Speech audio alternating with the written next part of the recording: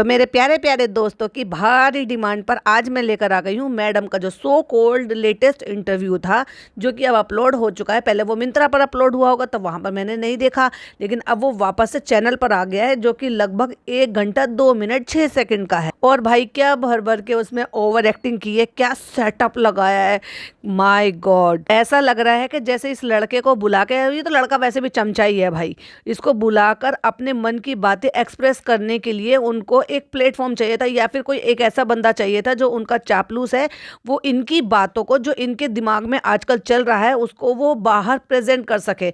ये सारे काम तो ये अपने चैनल से भी कर सकते थे, फिर लोग उसको रंट वीडियो का नाम दे देते, फिर लोग उसको ये कह देते थे आ गई सफाई देने के लिए। तो इसने सोचा कि वैसे भी पॉपुलैरिटी तो मिल नहीं रही है मुझे, कोई मुझे पूछता भी नहीं है। मास्टर शेफ किया, लेकिन फिर भी लोगों ने कुछ खास ज़्यादा तवज्जो दी नहीं है।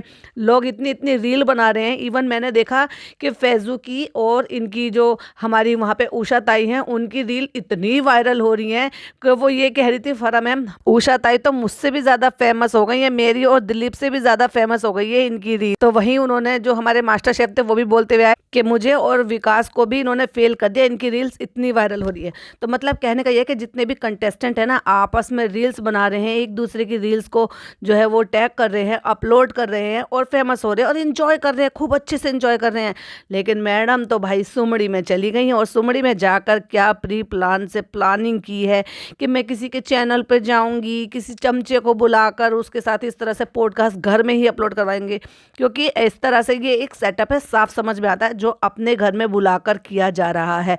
अदरवाइज तो आपको इनविटेशन दिया जाता है, किसी अदर प्लेस पर बुलाया जाता है, जैसे कि चालू को बुलाया गया था, तो वो उनका अपना जो है चैनल होता है, उनका अपना सेटअप होता है, उनका अपना प्लेस होता है, वहाँ उनको इनविटेशन दिया जाता है और वहाँ पर उनको जो है गिफ्ट्स भी दिए जाते हैं। और मैडम ने ये सब कुछ सारा सेटअप अपने घर में ही लगा लिया है। तो उस सेटअप के थ्रू मैडम ने क्या क्या बोला, अपने मन की भड़ास कैसी निकाली, अपने मन की बातें कैसे एक्सप्रेस की और कैसे क्लैरिफिकेशन दी सो कॉल्ड ब्लैक पैच पर, भाई उस पर भी हम डेफिनेटली बात करेंगे। Hi friends, welcome back to my channel. Channel में न्यू है तो चैनल को सब्सक्राइब कर लें और साथ ही साथ बेल आइकन प्रेस कर दें, जिससे कि हमारे आने वाली वीडियो की नोटिफिकेशंस आपको पहले ही मिल जाए। तो भाई देखो, जिसको मेरे पॉडकास्ट बहुत ज़्यादा पसंद आते हैं और जिनको फ़र्क नहीं पड़ता कि भाई मैं 30 मिनट का बनाऊं या 40 मिनट का बनाऊं, और उनको अच्छा लगता है, तो उनके लिए तो ये गुड न्यूज़ है, क्योंकि इनका जो ये 1 घंटा 2 मिनट 6 सेकंड का जो भी इनका पॉडकास्ट आया है, उस पर हो सकता है 3 पॉडकास्ट बने, हो सकता है 4 पॉडकास्ट बने। कोशिश करूंगी कि 2 से 3 में ही लपेट दूं, क्योंकि अब अगर एक बात यहाँ से ली जाएगी तो फिर वहाँ मुझे अपने हिसाब से भी उसको बोलना पड़ेगा। तो और जिनको लगता है कि भाई मैं बहुत ज़्यादा बनाती हूँ, तो मैं उनका सॉरी कुछ नहीं कर सकती। सो खुश हो जाओ मेरे व्यूवर्स, जिनको पसंद है, जिनको मुझे सुनना पसंद है, तो 2 से 3 तो इस पॉडकास्ट पर बनेंगे ही बनेंगे पॉडकास्ट, जिनको हम पार्ट 1, पार्ट 2, पार्ट 3 करके अपलोड करेंगे। तो चमचे ने बैठते के साथ ही सबसे पहले शुरुआत की ट्रोलिंग से, क्योंकि वही तो मैडम को चाहिए था। तो जो शुरुआत हुई है वो ट्रोलिंग से हुई है। और भाई साहब क्या भर भर के इंग्लिश बोली है। मैडम आप भूल जाती हो कि आप अमेरिका में नहीं रहती हो, आप हिंदुस्तान में रहती हो, और आपकी जो ऑडियंस है वो कितनी सारी ऑडियंस ऐसी है, इवन आपके तो खुद के घर के लोगों को इंग्लिश नहीं आती, इवन आपके जनाब को इंग्लिश नहीं आती, तभी तो वो हर चीज़ में पीछे रहते हैं और आपको आगे कर देते हैं, डिप्पी तुम ये करो, डिप्पी तुम वो करो। और खुद जैसे छोटे बच्चे होते हैं ना, कि जैसे उनके पेरेंट्स जिम्मेदारी निभाते हैं और वो बच्चों को कहते हैं कि तुम गाड़ी में बैठो, ऐसे जनाब गाड़ी में बैठे हुए होते हैं और मैडम सारी फॉर्मेलिटी पूरी कर रही होती है, फिर चाहे एयरपोर्ट पे हो, चाहे फिर वो रेस्टोरेंट में हो, चाहे फिर वो कहीं पर भी हो। तो जब इंग्लिश तुम्हारी फैमिली को नहीं आती, तुम्हारे जनाब को नहीं आती, और तुम्हारी जो ऑडियंस है उसमें से काफ़ी हद तक जो ऑडियंस है वो शायद इतनी इंग्लिश नहीं जानते, क्योंकि वो मिडिल और लोअर क्लास से आते हैं, तो भाई हिंदी में ही बोल लो। क्या भर भर के इंग्लिश झाड़ रही हैं, दिखा रही हैं।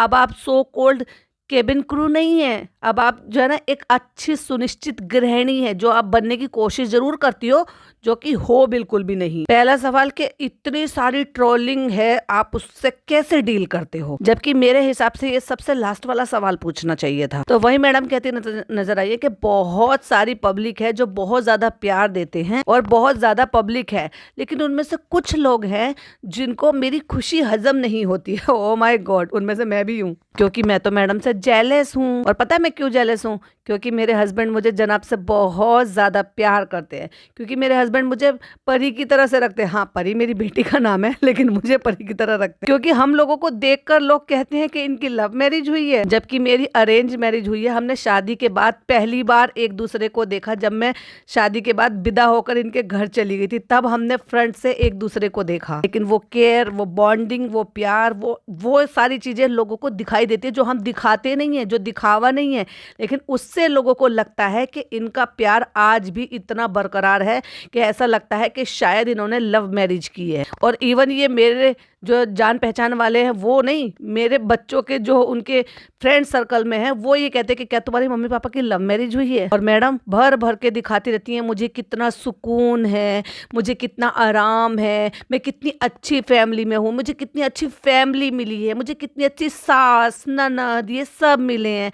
और वो तो याद ही होगा ना आपको डायलॉग, कि अगर मुझे काइंड ऑफ अम्मा के लिए, खाला लोगों के लिए, सब लोगों के लिए अगर मुझे गाड़ी में भी जाकर सोना पड़े, तो मैं सड़क पे जाकर सोना पड़े तो मैं सो जाऊंगी। लेकिन जब से मैडम ने 5 BHK के बनाया है, तब से वहाँ पे वो लोग पटरी की तरह से, सड़क की तरह से ज़मीन पर बिस्तर बिछाकर पड़े रहते हैं बेचारे, ऐसे देख कर तरस आता है। लेकिन मैडम के 5 BHK के जहान के दरवाजे नहीं खुलते हैं, और सारे कमरे वेस्ट कर रखे हैं। और ले बेचारी का ऐसा पचका हुआ कि आज तक रूम टूर नहीं दे पाई। 5 BHK के में एक बेडरूम तो इनका अपना हो गया, और एक बेडरूम जो है, हालांकि वो इतना बड़ा बेडरूम नहीं है, वो छोटे छोटे से ही है, क्योंकि आपने चालू का तो देख ही लिया था उसने किस तरह से बनाया है। सो वैसे ही 5 BHK करके इतना बड़ा इन्होंने नाम दिया हुआ है, लेकिन वो एक्चुअल में ऐसे नहीं है कि इनको वाकई में 5 BHK आप कह सको। ऐसा नहीं है कि दिल्ली में ही होंगे तो मुंबई में नहीं होंगे बड़े बड़े बेडरूम वाले जो सेट होंगे, पर जहाँ ये रह रहे हैं वहाँ वाकई वो बहुत ही छोटे छोटे से, वो मुझे लग रहा है 10x9 के या 10x8 के ही होंगे, क्योंकि बेड डालने के बाद बहुत कम जगह बचती है कि आप चारों तरफ बैठ के चारों तरफ आपको जगह हो। जबकि इनके बेड भी 6x6 के नहीं है, जैसे कि मेरा वाला जो बेड है वो 6x6 का, या आई एम श्योर आपके घर में जो बेड होगा वो 6x6 का है, क्योंकि वो स्टैंडर्ड साइज होता है बेड का। लेकिन अगर बेडरूम छोटे होते हैं तो फिर वो आपको ऑर्डर कर कर बनवाए गए होते हैं। जो रेडीमेड होते हैं वो मोस्टली आपको 6x6 के मिलेंगे या 6x5 के मिलेंगे। तो बेड भी छोटे होते हैं इनके कमरे में। आपने देखा है इनके पापा जो कमरे में, फादर इन लॉ जो उनके कमरे में लेटे रहते हैं, वहाँ इतनी जगह रहती है कि जमीन पर बिछाकर सारे दिन वो टीवी देखते हैं, बैठते हैं। तो मतलब जब वो उनके पापा जी का काम करते हैं तब तक तो वो वहाँ पे खड़े हुए या बैठे हुए नजर आते हैं, लेकिन वो सारे दिन टीवी देखते हैं तो पापा जी बेड पर लेटते हैं। तो फिर इतना बड़ा बेड रखने की जरूरत ही क्या थी रूम में, जब अगर किसी और को सोना नहीं है। आप किसी को इतनी इजाजत नहीं देते कि वो सारे काम तो कर सकता है वो बंदा जो रह रहा है इनके घर में, कि पापा जी को नहलाना धुलाना, उनके कपड़े तक भी वही धोते हैं, वही प्रेस करते हैं देव भैया। इवन वो जिम्मेदारी भी इनकी अम्मी की है ही नहीं, वो तो भाई पल्ला हाथ झाड़ कर बैठी हुई है इस उम्र में भी। और लेकिन उसको इतनी इजाजत नहीं है कि वो उस बेड पर बैठ सके और उस बेड पर सो सके जहां पर पापा सोते हैं। वो सारे दिन नीचे पड़े रहते हैं, किसी भी टाइम कैमरा लेकर चले जाओ वो हमेशा आपको जमीन पर बैठे हुए दिखाई देंगे। तो बस उतनी ही जगह है कि जितनी जगह में वो बिछाकर वहां पर सो जाते हैं। और डायलॉग मारती है मैडम इतने बड़े बड़े कि ओ माय गॉड, ये अपने ससुराल वालों के लिए न जाने किस हद तक, किस हद को पार कर देंगी। जब दिखाएंगी कुछ और करेंगी कुछ और हमें दिखेगा कुछ और, तो भाई हम जैसे ऑडियंस या फिर वो ऑडियंस जिनके चैनल्स भी नहीं है, वो इनको जब अगर इनको कमेंट जाकर करेंगे और इनको आईना दिखाएंगे, तो वो उन ऑडियंस में काउंटिंग हो जाती है कि वो नफरत करती हैं इनसे। वो ऐसी ऑडियंस है जो इनसे जलती हैं, क्योंकि इनके पास तो इनका पति है ना और उनके पास पति नहीं होंगे जनाब जैसे, जिनको मैडम की परवाह ही नहीं है, जिनको वो खुद सेल्फ ऑब्सेस्ड हैं। तो वही कहती है हाँ हम इंसान हैं। तो वो जो एक बहुत बड़ा सेक्शन है, बड़ा तो नहीं कहूँगी, एक छोटा सा सेक्शन कहूँगी, मतलब ये कहना चाह रही हैं कि वो जो इतनी सारी हमारी ऑडियंस है जो हमें देखती है, उसमें से कुछ पोर्शन है जो हमें क्रिटिसाइज करता है, उससे हमें इफेक्ट होता है। एट द एंड है तो हम इंसान ही ना, बहुत ज्यादा जिंदगी को नेगेटिव देखते हैं। नहीं, जो तुम दिखाते हो ना उसी पे ही, क्योंकि तुम्हारे घर में कोई कैमरा लेकर नहीं जाता, तुम दिखाते हो, तुम्हारे पति दिखाते हैं, तुम्हारे सो कॉल्ड नाइव ननद दिखाती है कि मेरी भाभी पर्दे के पीछे क्या करती है। वो बहुत सारी चीजें दिखा देती हैं, कभी गौर फरमाया करो उसकी व्लॉगिंग पर। बहुत सारे लोग होते हैं ना जो दूसरों की नेगेटिविटी को अट्रैक्ट करते हैं। अरे अरे आप कह रही हो ये आप अपने मुंह से कह रही हो? कुछ लोग होते हैं जो आधा ग्लास खाली ही देखते हैं, उनको आधे ग्लास से ही मतलब है। तो आधा ग्लास भी खाली है, वो आपने ही दिखाया है। हमें क्या पता, जब तक आपने रिकॉर्ड नहीं किया, तब तक आपने अपलोड नहीं किया, हमें क्या पता कि आपका ग्लास आधा खाली है या आधा भरा हुआ है। और वो जो चमचा है ना, वो कहता है और चाहते हैं कि दूसरों का ग्लास आधा खाली ही है। ओ भाई रहने दे, तेरी चमचागिरी करने से तेरे को कोई खास फायदा होने वाला नहीं है। ये जो तुम पॉडकास्ट बना रहे हो ना, पहले इसके कमेंट बॉक्स पे जरा नजर भी मार लो कि तुम जिसको अप्रिशिएट करने के लिए गए हो उसको लोग कितना अप्रिशिएट कर रहे हैं। और फिर क्या करें, हम इंसान हैं, अपने आप को समझाने के लिए फिर हमें ऐसा करना पड़ता है कि ऐसे खुद को बोलना पड़ता है कि आप जो है खुश हैं, आपके आसपास के लोग आपको खुश रखते हैं, जो मुझे मैटर करते हैं। मैंने अपनी जिंदगी में ये एक चीज जो है ये मैटर की है। कहती है मैं बहुत क्लोज इंसान हूँ। क्लोज इसको पता है इखलखुरा कहते हैं। और तुम वो हो जो सारी जिंदगी इखलखुरा ही रहना चाहती हो, और यही रीजन है कि तुम्हारे जो ये डार्क सर्कल है, जो तुम्हारे प्रेगनेंसी में तुम्हें अकेला छोड़ दिया गया था, क्योंकि तुम हो ही उसी लायक। और फिर कहती है I have a very small circle. अगर मेरी जिंदगी में आसपास सिर्फ 10 लोग हैं तो मैं उन 10 लोगों के लिए आधी रात के लिए भी मौजूद हूँ। तो 10 लोग क्यों हैं? तुम तो 100 लोगों के बीच में काम कर चुकी हो, तो उन 100 लोगों में से सिर्फ 10 लोग ही आपके आसपास क्यों हैं? और उन 10 लोगों में सिर्फ और सिर्फ आपकी सास और आपकी सास की मतलब मायके वाले सिर्फ वही तो हैं। और तुम में आज तक वो गट्स पैदा नहीं हो पाए कि तुम अपने घर वालों को इतने साल में मना पाओ, अपनी बहनों को मना पाओ और उनसे पैचअप कर सको और उनके यहाँ आना जाना शुरू कर सको। नहीं, क्योंकि तुमने गलतियों पे गलतियां की हैं। पहले एक बार भाग के, फिर दूसरी बार, और पहले एक बार कन्वर्ट होके अपना धर्म छोड़ दिया, फिर दूसरी बार कन्वर्ट होके फिर वो धर्म छोड़ दिया। कहती है मेरे आसपास 10 लोग हैं, अगर वो मुझे 2 बजे भी फोन करेंगे तो मैं 2 बजे भी अवेलेबल होंगी। तो भाई क्यों नहीं अवेलेबल हो रही है अपनी ननद के लिए? वो हॉस्पिटल अपने आप जा रही है और उस बच्ची को, सॉरी माय मिस्टेक, बच्ची नहीं है, उस 20 साल की लड़की को लेकर जा रहे हो, जिनको ऐसी चीज़ों से कम अभी इस उम्र तक तो थोड़ा दूर ही रहना चाहिए, क्योंकि ये सारी चीज़ें अडल्ट लोगों के बीच में होती है। कोई बातें हो रही हैं या व्हाटएवर जो भी वहाँ पे डिस्कशन हो रहा है, तुम्हें जाना चाहिए था ना। ओह माय गॉड, नाइव ननद का इतना अच्छा ऐसे जो टाइम पीरियड चल रहा है जहाँ उसको एक्सपीरियंस्ड, पढ़े लिखे और हाँ सो कॉल्ड इंग्लिश बोलने वाले, चीज़ों को जानने वाले, और ये वुमेन हॉस्पिटल में आपने भेजा था ना, एक बार भी नहीं गई वहाँ पे विजिट करने के लिए, लेकर भी नहीं गई, दिखाया भी नहीं। बोला जरूर था कि फर्स्ट विजिट मैं कराने के लिए लेकर गई थी, लेकिन व्लॉग नहीं बनाया आपने। आप तो हर चीज़ का व्लॉग बनाते हो। आपने तो अपने जब आपका पपी इस दुनिया से चला गया था उसके रोने का भी इतना रो धो के नाक लाल करके उसका भी व्लॉग बनाया था। और सोच कर देखो, इन्होंने अपने पपी के रोने धोने पर व्लॉग बनाया था, लेकिन जब इनका मिसकैरेज हुआ तब इन्होंने व्लॉग नहीं बनाया। और जबकि इनके अकॉर्डिंग इन ये जब व्लॉगिंग कर रहे थे उसके बाद इनका मिसकैरेज हुआ है। तो क्या आपको ये बात हजम होती है? भर भर के झूठ बोलती है भाई ये औरत, हर कदम पर झूठ बोलती है। एक चार्म था मैडम का, लोगों के घरों में जो ना मैडम जो ना जाने जाती थी, मानी जाती थी, लेकिन मैडम ने जो जानना मानना था ना, उसकी सारी की मिट्टी पलीत कर दी बिल्कुल। कैसे? क्योंकि एक धर्म छोड़ा, क्योंकि इतना क्लोजली जब लोगों ने जाना इनको, क्योंकि जब ये वहाँ पे सीरियल करती थी, सो कॉल्ड सती सावित्री बहू बनकर अपनी इमेज बनाई थी ना, तब लोगों को इनके बैकग्राउंड के बारे में बहुत ज़्यादा खास नहीं पता था। वो कब पता चला? जब ये जनाब के साथ जनाब के घर पे रहने लगी हैं, शादी हो गई है, व्लॉग बनाना शुरू करा है, तो अब इन्होंने पर्सनल लाइफ को दिखाना शुरू करा है। और जब पर्सनल लाइफ को भी इस तरह से दिखाना शुरू करा कि लोगों के सवाल उठने लगे माइंड में, तो लोगों ने वो सवाल खोजने की कोशिश की, कुछ पुराने आर्टिकल्स, कुछ पुरानी चीज़ें, तो लोगों ने गड़े मुर्दे उखाड़े। जब गड़े मुर्दे उखाड़े तो बहुत सारी चीज़ें बाहर आई, तो वो जो इमेज थी वो मट्टी पलीत हो गई। और फिर कहती हैं कि जब आप जो ना इन सारी नेगेटिविटी से जाते हो ना, तो ये जो 10 लोग आपके आसपास होते ना, भाई 10 पे गिनती क्यों अटक गई है? तो यही लोगों की वजह से ना आप उस फेज से बाहर निकलने में आपको हेल्प मिलती है। इसलिए मैं कहती हूँ कि जो आपकी हैप्पीनेस है ना, वो यहाँ मैटर करती है, वो यहाँ दिखती है। ओ माय गॉड, कहती हैं आज हम यहाँ जो रह रहे हैं ना, पब्लिक फिगर हैं, नॉन पर्सन जो और भी हमारे जैसे और नॉन पर्सन हैं, तो उनके लिए ना बहुत ईजी है लोगों के लिए कि उनके ऊपर सवाल उठाना, उनके ऊपर चीजें करना, क्रिटिसाइज करना। तो क्रिटिसिज्म लेते लेते क्यों नहीं हो? जब इतनी बड़ी बड़ी मूवी, एक्टर, सबको क्रिटिसिज्म लेना होता है तो तुम्हारी इतनी चुल क्यों मचती है भाई? सॉरी टू से ले लेकर आ जाते हो, बर्दाश्त नहीं होती चीजें। इसलिए मैं सोचती हूँ कि जब ये सारे नेगेटिव कमेंट आते हैं ना, तो मैं सोचती हूँ कि अपने आप को खुश रखो, उस फैमिली के बीच में रखो जो आपके इर्द गिर्द हो। कहाँ है इर्द गिर्द आपकी फैमिली? कहाँ है आपके पापा? कहाँ है आपकी बहनें? कहाँ है वो आपकी मौसी जिनके घर जाकर आपने व्लॉग बनाया था, सो कॉल्ड उनके घर में आपने खाना खाया था, उनकी बहू ने आपके लिए खाना बनाया था?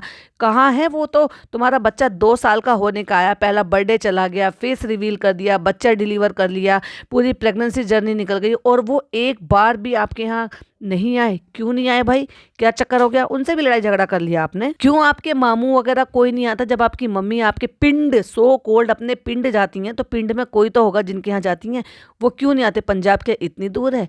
क्या वो ऐसा है कि भाई यहाँ से लेकर आपको पाकिस्तान जाना है, जिसके लिए आपको वीज़ा बहुत मुश्किल से मिलेगा, इतनी दूर है क्या? जो वो आपकी अपनी इकलौती भांजी, जो कि इतना नोन पर्सन है, उसके यहाँ पे वो नहीं आ पाए, उसका बच्चा देखने नहीं आ पाए, उसके बच्चे की किसी भी फंक्शन में नहीं आ पाए। बस आते हैं तो मुदाहा से गिने चुने 3-4 लोग आते हैं। आते तो पूरा मुदाहा भी नहीं है, क्योंकि फुप्पी लोगों को तो ये लोग बुलाते नहीं, वो बेचारी गरीब है ना। लेकिन गरीब है, इज्जतदार है। ये जैसे ठंडे तरीके से बुलाते हैं ना, तुम्हारे दरवाजे हमारे दरवाजे खुले हैं तुम्हारे लिए, आ जाना कभी भी। जैसे खालाओं को लोग भेजकर बुलाते हो, जैसे खालाओं को टिकट भेजकर बुलाते हो ना, जिद करके, तो वैसे ही उनको करो। हाँ, ये जरूर हो सकता है कि वो उनको तुम काम करने के लिए अपने मकसद से बुलाते हो, अपने कंटेंट क्रिएट करने के लिए बुलाते हो, और वो बेचारी वहाँ रहकर भी अपने फ़र्ज़ को पूरा निभाती हैं, अपने भतीजे के लिए, भतीजी के लिए, अपने जो है भाई के लिए, भाभी के लिए प्यार दुलार, और जितना उनसे बन पड़ता है ना उतना बटोर कर भेजते हैं, प्यार करते हैं। उनको कोई एप्रिसिएशन नहीं चाहिए, बदले में कोई नोट नहीं दे देते हो तुम लोग उनको। लेकिन यहाँ देखा जाता है कि वाकई में वो मोहब्बत करते हैं। तुम लोगों ने उनको भले ही नेगलेक्ट कर दिया है, फैमिली से अलग कर दिया है, क्योंकि तुम्हारे यहाँ जो ना ननिहाल प्रधान है ज़्यादा। अब वो चमचा अपनी तरफ से बताता है, मैंने तुम्हें देखा था, फिर मैंने देखा था कि आप और जनाब ऐसे करते थे, वैसे करते थे, अलग अलग काम करते थे। तो जहाँ मैं पहले कंपनी में काम करता था, तो मैं आपसे ऐसे इंटरव्यू लेने के लिए चाहता था। तो कहता है मैंने डेट रखी थी आपसे बात करने के लिए, और आपने डेट भी कर ली थी, लेकिन वो उस दौरान की बात है जिस दौरान आपके ससुर जी को प्रॉब्लम हुई थी, और आपने जो है डांट कर कहा था कि नहीं मैं कर सकती हूँ ऐसे, क्योंकि अभी मेरे घर में ऐसे प्रॉब्लम है, वैसे प्रॉब्लम। तो वही ये इनके जो मैनेजर है, उनको शायद इन्होंने कुछ कहा होगा, क्योंकि डेडलाइन थी, उसके चलते फिर इन्होंने फोन लिया। फोन लेके इन्होंने कहा कि तुम ऐसे कैसे बात कर सकते हो, व्हाटएवर, ब्ला ब्ला ब्ला ब्ला, जिसमें मुझे कोई इंटरेस्ट नहीं है, क्योंकि ये इस आदमी का, ये जो चमचा है, इसका कोई लेना देना है, उसमें मुझे कोई फर्क ही नहीं पड़ता।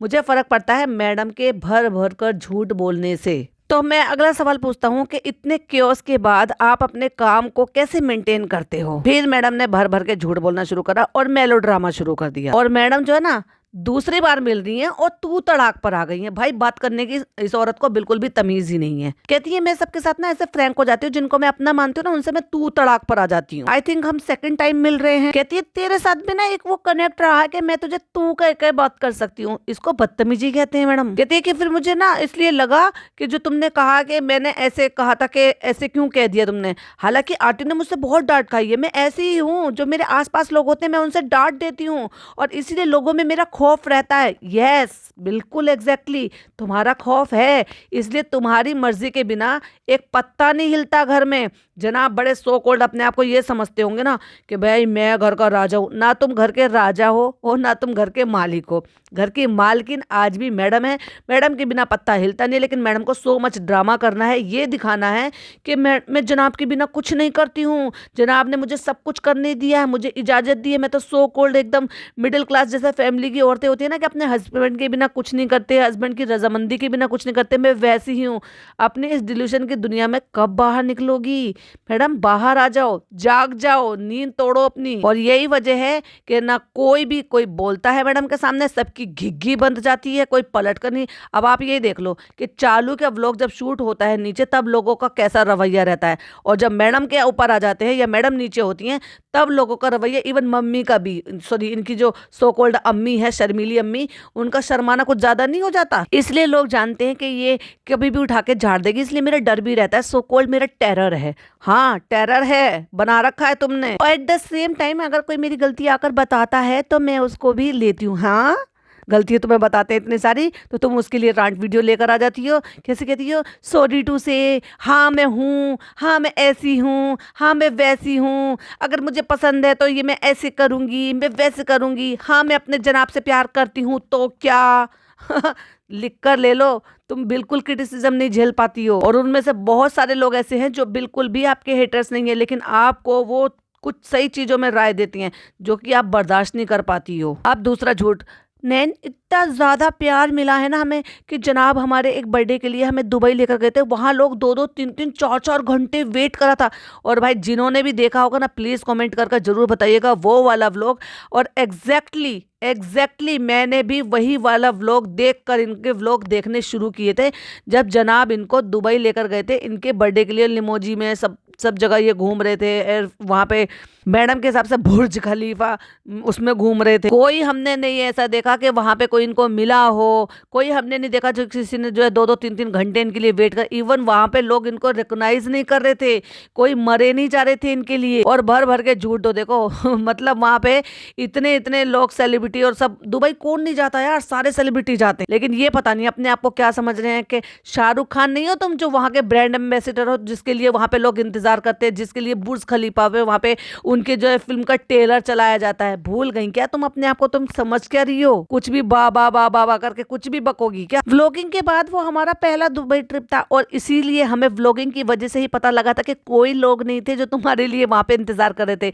जिन्होंने भी देखा है, क्या आपने ऐसा कोई सीन देखा है, प्लीज कमेंट में जरूर बताइएगा मुझे। वहां पे जिस तरह का प्यार हमें मिला है ना, I was speechless speechless like seriously. Madam मुझे जबरदस्ती का हंसने पे मजबूर मत करो क्योंकि मैं पॉडकास्ट बना रही हूँ। फिर मैंने ना जनाब से पूछा, शोएब हम ऐसा क्या कर रहे हैं क्या कर रहे हो तुम, ओवर एक्टिंग कर रही थी तुम, ओवर ड्रामेटिक सीन वहां पे तुम शूट कर बता रहे थे। लद गए वो जमाने, अब तुम्हारी असलियत से लोग वाकिफ हो गए। हो सकता है 2-4 लोग वहां पे शायद तुम्हें मिले हो, जिसका तुमने इतना ह्यूज क्वांटिटी में लोग बना दिए कि नंबर ऑफ क्वांटिटी है कि इतने लोग हमारे लिए वहां पे आधा घंटा 20-25 मिनट पूरा दिन और 2-2 दिन ऐसे इंतजार कर रहे थे। भाई कितना झूठ बोलोगी भर भर के। मैं बार बार पूछी थी, जनाब ऐसा हम क्या कर रहे हैं कि लोग हमें इतना प्यार कर रहे हैं, क्योंकि जब तक लोगों को शायद आपकी असलियत से वाकिफ नहीं थे, लेकिन आज की डेट में तुम सड़क पर भी निकल जाओ ना तो भी लोग तुम्हें ना पूछें, क्योंकि आपके जो चेहरे पे नकाब थे वो आपने खुद ने ही एक दूसरे के व्लॉग में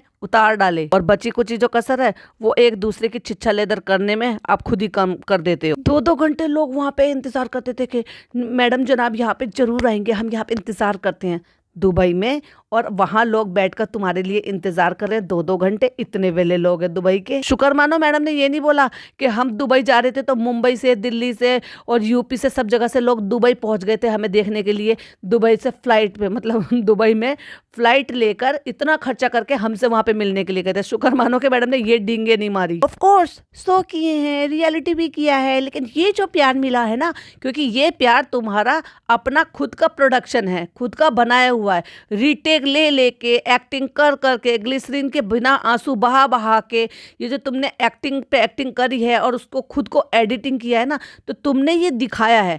वहाँ तो ऑब्वियसली सबको पता है कि तुम एक्टिंग करती हो, चाहे फिर तुम अच्छी बहू बनने का, अच्छी भाभी बनने का, अच्छी माँ बनने का, वो तुम्हारी सबको पता है कि तुम एक्ट्रेस हो। और वो जो सीरियल्स होते हैं वो सब प्रॉपर एक्टिंग होते हैं, लेकिन वही एक्टिंग तुमने जारी रखी अपनी व्लॉगिंग में। लोगों को लगा वाह कितनी अच्छी बहू है, ओह माय गॉड कितनी अच्छी औरत है कि इसने धर्म परिवर्तन कर लिया और ये इस्लाम में आ गई है, कितनी अच्छी बहू है, सर ढक के खाना बनाती है, इतनी अच्छी एक्ट्रेस होने के बाद घर के काम करती है, अपनी सास को खाना, और ईद पे भर भर के भगोने, कढ़ाइयाँ और ये सब भर भर के सब कुछ बना रही है, रमज़ान में इफ्तारी बना रही है। तो लोगों को, जो बुजुर्ग औरतें हैं ना, उनको ये लगता था कितनी अच्छी बहू है। और देखो एक हिंदू होके मुसलमान हो गई है, मुसलमान बहुएं जो नहीं करती हैं वो सब कुछ कर करके दिखा रही है लोगों में। भाई इसने इतनी लड़ाइयाँ लगवाई हैं ना, तो नॉर्मली जो बहुएं हैं ना उनको सब ताने झेलने पड़ते थे, क्योंकि उन सास को ये समझ में नहीं आता था कि ये सब भी एक दिखावा ही है, सीरियल की तरह से ही यहाँ पे भी सब एक्टिंग ही चल रही है। मुझे नहीं पता वो मुझसे क्यों जेलस है, उनके अपने रीजंस होंगे, उनसे मेरी खुशी डाइजेस्ट नहीं होती होगी। हाँ, क्योंकि सारी दुनिया के पास जो ना तुम जैसा हस्बैंड नहीं है, तुम जैसी सास नहीं है जो तुम्हारी केयर नहीं करती, तुम जैसी नाइव ननद नहीं है जो तुमसे ही जलती है और तुम्हें बात बात में शेड करती है। तुम्हारे जैसे माँ बाप नहीं है जिनकी आपस में नहीं बनती हैं, एक दूसरे को देखना भी नहीं पसंद करते इस उम्र में भी, जिस उम्र में एक दूसरे के सहारे की जरूरत होती है और अपनी अपनी ईगो लेकर बैठे हैं, इसलिए ऑडियंस तुमसे इतनी ज्यादा जलती है। उनके लिए शायद ये एक्सेप्ट करना बहुत मुश्किल है कि कोई अपनी ज़िंदगी में इतना ज़्यादा खुश कैसे रह सकता है। हाँ, पहले खुशी के लिए घर से भागी और क्रिश्चियनिटी में अपनाकर शादी कर ली। खुशी ढूंढी, खुशी ढूंढी, खुशी ढूंढी, नहीं मिली। फ्रेंड्स, कोई बात नहीं, शादी तो बच्चों का खेल है, ये तोड़ देते हैं, एक्स्ट्रा मैरिटल अफेयर कर लेते हैं और फिर दूसरी बार खुशी ढूंढते हैं। भाई, किसी को एक बार प्यार होता है, मैडम को दो दो बार प्यार हुआ है, दो दो बार धर्म परिवर्तन हुए, दो दो बार शादी हुई है, दो दो बार इन लॉज मिले हैं, तो डेफिनेटली डबल डबल सब चीज होनी चाहिए थी। पर मैडम को खुशी नहीं मिली। अपनी खुशी के लिए फैमिली से लड़ झगड़ कर धर्म परिवर्तन करके दूसरे धर्म में शादी की थी। खुशी ढूंढी, अब नहीं मिल पाई, क्या करें। चलो तो कोई बात नहीं, दूसरी बार ढूंढ लेते हैं। क्योंकि लोगों को डाइजेस्ट नहीं होता कि कोई अपनी जिंदगी में इतना सॉर्टेड, इतना खुश कैसे रह सकता है। खुशी तो दिखती है मेरे चेहरे पे, मेरे डार्क सर्कल में खुशी दिखती है, मेरे पैरों में जो सूजन थी वो मेरी सास को नहीं दिखाई दे रही थी, लेकिन मेरी पायल दिखाई दे रही थी, क्योंकि वो तो चांदी की पायल है और अम्मी जी को तो चांदी की पायल, सोने की चीज, डायमंड के सेट बहुत ज्यादा पसंद है। फिर कहती हैं कि कुछ लेडीज हैं उनमें से जो ऐसे सारे काम करती हैं, क्योंकि लेडीज वाली बात उनमें है ही नहीं। अब आप मुझे हमें बताओगे कि हमें लेडीज वाली बातें नहीं है, कि आप ओवर ड्रामेटिक, ओवर स्मार्टनेस ज़्यादा दिखाती हो, इसलिए आप अपनी बातों में खुद से फंस जाती हो। हमने बहुत अप डाउन्स देखे हैं, बहुत अलग अलग चीज़ों पे, अलग अलग सब्जेक्ट पे हमें ट्रोल किया गया है। जो सब्जेक्ट आपने दिए हैं, जो आपने पहले कुछ और बोला है, बाद में कुछ और बोला है और सारी चीज़ों पे डिनाई कर दिया है, दिखाते कुछ और हो, होते कुछ और हो, उसी पे तो ट्रोल होंगे। बाकी के लोग तो कोई ट्रोल नहीं होता। भारती को तो कोई ट्रोल नहीं करता, रूबीना दिलेक को तो कोई ऐसी ट्रोलिंग नहीं मिलती झूठी की, हिपोक्रेसी की और ब्ला ब्ला ब्ला अलग अलग चीज़ें की। देवीना है और भी बहुत सारे हैं जो एक्टर थे जो अब व्लॉगर्स बन गए हैं। तेजस्वी है, अर्चना है, इवन आपके साथ ही काम करने वाले फैजू हैं। लेकिन नहीं, ट्रोलिंग का शिकार वही बनते हैं जो एक्चुअल में ट्रोलिंग का काम करते हैं। उसको आप ट्रोलिंग का नाम देते हो, लोग उसको क्रिटिसाइज करते हैं, क्योंकि लोगों का हक बनता है। आप अपना कंटेंट बनाते हो, उसको मोनेटाइज करते हो, फिर अपने घर की चीज़ें जो है वो मोनेटाइज, इवन अपने बच्चे को, हाल बेहाल में बच्चा होता है, हगीज में घूमता रहता है, नीचे बॉटम नहीं पहन रखी है, अब अलग अलग सी हालत होती है, उसको दिखाने लायक प्रेजेंटेबल नहीं होता, लेकिन फिर भी उसको शूट करते हो, अपलोड करते हो, मोनेटाइज करते हो, अपने बच्चे के तमाशे को बेचकर पैसा कमाते हो। तो भाई ट्रोलिंग नहीं, उसको क्रिटिसिज्म कहते हैं और तुम क्रिटिसिज्म झेल नहीं पाते हो। बहुत बार बुरा भी लगता है, तो मैं कहती हूँ जनाब क्या है यार, ये लोग हमें ट्रोल क्यों करते हैं? हम तो अपने व्लॉग बना, बुरा भी नहीं कर रहे, फिर भी लोग हमें ट्रोल कर रहे हैं। भैया, आप किसी का बुरा नहीं कर रहे हो, लेकिन वो तो सुना होगा ना आपने, बुरा मत देखो, बुरा मत सुनो, बुरा मत बोलो। और आप क्या करते हो? बुरा दिखाओ, बुरा सुनाओ, बुरा सब कुछ करो, लेकिन बुरा सुनो मत। क्यों? क्योंकि जब आपको कोई क्रिटिसाइज करता है और बताता है कि ऐसे नहीं ऐसे था, आपने पहले ऐसे बोला था, उसको आप हेटर्स का नाम दे देते हो, उससे आप जलने वालों का नाम दे देते हो। ओ माय गॉड, सारी दुनिया को जलन हो रही है कि ओहो, पिपिका जी ने एक धर्म परिवर्तन किया, पहला पति छोड़ा, दूसरा धर्म परिवर्तन किया, दूसरे पति से शादी की, एक्चुअली मतलब दूसरी बार शादी की, फिर धर्म परिवर्तन कर लिया, अब तक तीसरे धर्म में आ चुकी हैं, उसको भी प्रॉपर तरीके से नहीं निभाती हैं, इसलिए लोग जलते हैं, है ना। ओह माय गॉड, मुझे नहीं पता था। मैं अपनी फैमिली का बहुत ध्यान रखती हूँ, जो कि हर एक लड़की को रखना चाहिए। मैं अपनी फैमिली में खुश रहती हूँ, जो कि आदमी लोगों को भी अपनी फैमिली का ख्याल रखना चाहिए। तो तुम्हारी इतनी ही अच्छी फैमिली है, तुम्हारी इतनी ही चलती है, तो अपने घर के जवाई को क्यों नहीं समझाते हो कि तुम्हारे बूढ़े माँ बाप हैं, उनको अकेला मत छोड़ो। अपनी नाइब ननद को क्यों नहीं समझाया कि अपने सास ससुर को अकेला मत छोड़ो। अगर मैं तुम्हारी माँ को अकेला छोड़ देती, तुम्हारे बीमार पिता को अकेला छोड़ देती और तुम्हारे भाई को लेकर फुर हो जाती, तो तुम्हें कैसा लगता? अगर मैं अपने फर्ज निभा रही हूँ, वो चाहे मजबूरी में ही सही, क्योंकि शुरू में तो मेरी ज़रूरत थी तुम लोगों पे हाथ रखने की, तुमसे अपनी शादी के लिए रजामंदी करवाने के लिए, क्योंकि तुम जो ना सॉफ्ट टारगेट थे, प्लस जनाब को अच्छे तरीके से हाथ में लेने का एक तरीका था कि भाई उसके माँ बाप को, बहन को, भाई को, उनको सबको जो है कन्वेंस करो, उनको अच्छे से सब चीज़ों का ख्याल रखो, अच्छी बहू जो है, जो सीरियल वाली बहू है, वो बिल्कुल जो है बन जाओ, जिससे कि वो भी सारे के सारे हाथ में आ जाए और वो तुम पे प्रेशर डाल के कहे ये बहू अच्छी है भाई, जैसी सीरियल में है ऐसी एक्चुअल में है, कर लो जनाब इसकी शादी, कोई बात नहीं, इसकी पहले शादी हुई हुई है, कोई फर्क नहीं पड़ता, कोई बात नहीं, ये पहले हिंदू थी, बाद में ये क्रिश्चियन बन गई, 2 धर्म इसने छोड़ दिए, तो पता नहीं मुस्लिम धर्म भी कब छोड़ दे, क्योंकि गारंटी कहाँ है, जिसने 2 धर्म छोड़े हो कोई गारंटी है कि तीसरे में भी तुमने कौन सा इसको नमाज कुरान ये सब पढ़ते हुए देखा है, कभी नमाज पे बैठे हुए देखा है, कभी तस्बीह पढ़ते हुए देखा है, कभी कुरान ख्वानी में बैठे हुए पढ़ते हुए देखा है क्या? 5 साल में 6 साल में, एक्चुअली शादी को तो 7 साल हो गए, 7 साल में ये कुरान नहीं पढ़ पाई, जबान तो इतनी चलती है लेकिन ये अरबी उर्दू नहीं पढ़ पाई। Oh my God. और फिर ये कहती है कि लोग ट्रोल करते हैं, लोग क्रिटिसाइज करते हैं, लोग सवाल उठाते हैं, लोग हमसे जलते हैं। तो तुम तो कहीं की भी नहीं हो, ना तुम हिंदू रही, ना तुम क्रिश्चियन रही, और तुम मुसलमान भी नहीं हो पाई, तो फिर लोग सवाल भी ना पूछें उस चीज़ पर जो चीज़ तुम दिखा रहे हो, मोनेटाइज कर रहे हो और उससे पैसे कमा रहे हो, और जो पब्लिक डोमेन पे पड़ी है, जो पब्लिक डोमेन पे पड़ी है तो वो पब्लिक देख रही है, और जो पब्लिक देख रही है उससे तुम्हें डॉलर मिल रहे हैं, पैसे मिल रहे हैं, ऐशो आराम की जिंदगी जी रहे हो।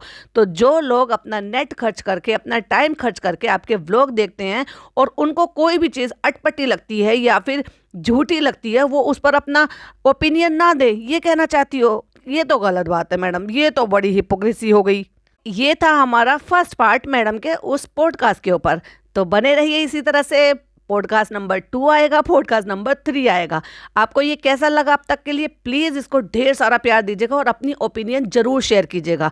पसंद आया हो तो लाइक शेयर कीजिएगा, चैनल पे पहली बार आए तो सब्सक्राइब कीजिएगा, जो कि बिल्कुल फ्री है। वीडियो तो देखो आप जब भी देखते हो, तो अगर लाइक भी कर दोगे, शेयर भी कर दोगे और सब्सक्राइब भी कर दोगे तो मुझे मज़ा आ जाएगा, मुझे और मोटिवेशन मिलेगी, जिससे कि मैं ऐसे ही आपको मज़ेदार पॉडकास्ट दे सकूं। तो चलो मिलती हूँ इसके पार्ट 2 के साथ। टिल देन बाय बाय, अल्लाह हाफिज़, टेक केयर। और हाँ, चालू का व्लॉग आ गया है, अब उसको नीचे आने जाने का रास्ता खुल गया है, क्योंकि नान के एग्जाम खत्म हो गए हैं, तो उसने अपने इन लॉज को रफा दफा कर दिया है, तो उस पर भी पॉडकास्ट बहुत जल्द आएगा। तो बने रहिए हमारे पॉडकास्ट के साथ।